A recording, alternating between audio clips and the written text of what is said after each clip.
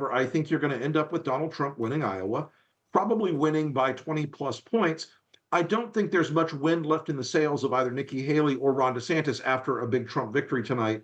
I don't mean that as a good thing. I just mean that as a sort of bowing to the inevitable reality of the Republican Party as it is today. It's interesting, and not just because we don't know who's going to win, because Donald Trump is going to come first, but it's still interesting, David. Yeah, Donald Trump is miles ahead, and of course it will be looked at to see if he can break the 50% barrier. This is really a major psychological hurdle, because if he's getting over 50% of the vote, then no one's ever going to catch him. So that's probably the aim of the Trump team tonight, although they are slightly playing down expectations, saying that no one's ever won Iowa by more than 13 points. So that's what they're aiming for. The real battle that we are watching, I guess, is for second place, to see if a candidate is going to emerge who can, in the long run, take on Donald Trump in this primary process. And what we've seen in opinion polling, at least, is that Nikki Haley, the former South Carolina governor, has moved ahead of Ron DeSantis, the Florida governor, who has really put all his eggs in this Iowa basket. He's been campaigning a lot and putting a lot of resources into Iowa. He's visited all 99 counties, which is a real benchmark for someone who's dedicated to try and win the Iowa caucus. And yet Nikki Haley has come up on the rails and this seems to be ahead in polling.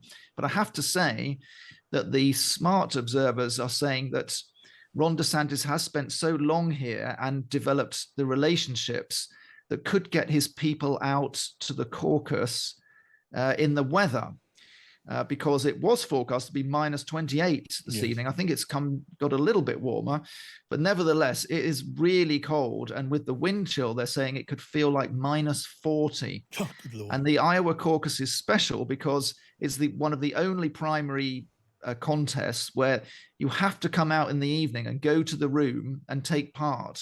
That's what the caucus is. That's what makes it different to a primary vote, which is like a general voting during the day at a polling station. Yeah.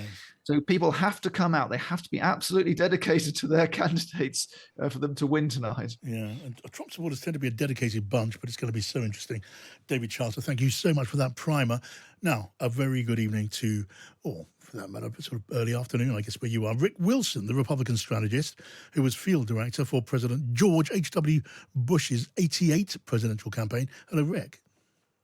Good afternoon. So tell me, Rick, in your judgment, is this Iowa caucus, is that going to turn out to be a significant event or even possibly any kind of game changer, do you think? Look, Iowa has never been as predictive as people think. Mike Huckabee, Rick Santorum, Pat Robertson, Ted Cruz, all won Iowa. It meant nothing. In this case, however, I think you're going to end up with Donald Trump winning Iowa, probably winning by 20 plus points. I don't think there's much wind left in the sails of either Nikki Haley or Ron DeSantis after a big Trump victory tonight. I don't mean that as a good thing. I just mean that as a sort of bowing to the inevitable reality of the Republican Party as it is today. So the whole primary season, as far as you're concerned, could effectively have a ribbon tied around it and handed to Donald Trump by this time tomorrow. It pretty much could, yeah. Mathematically, he's going to win by the 19th of March regardless, just because the way the state ballots are essentially slanted in his favor, winner take all. But tonight's going to be a big night for him, and he should do very well. He should be in the mid 50s to high 50s, and we'll see whether Nikki Haley or Ron DeSantis ekes out a second place that is even marginally viable to make them, have an excuse to continue through New Hampshire and South Carolina. Right, now, I know that you're no fan of Donald Trump. You're part of the Lincoln Project, which is dedicated to opposing Donald Trump within the Republican Party. And that is clear.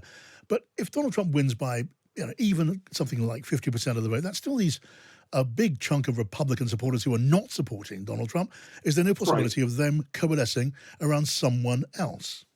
There is, but not in the primary. What's going to happen, I think, and we're seeing this with Nikki Haley's voters, half of them say they're open to voting for Joe Biden. Our organization specializes in talking to disaffected non-Trump Republicans and moderate conservatives. And so we think that the way this primary is played out, most of Ron DeSantis' people will just go straight back to Trump.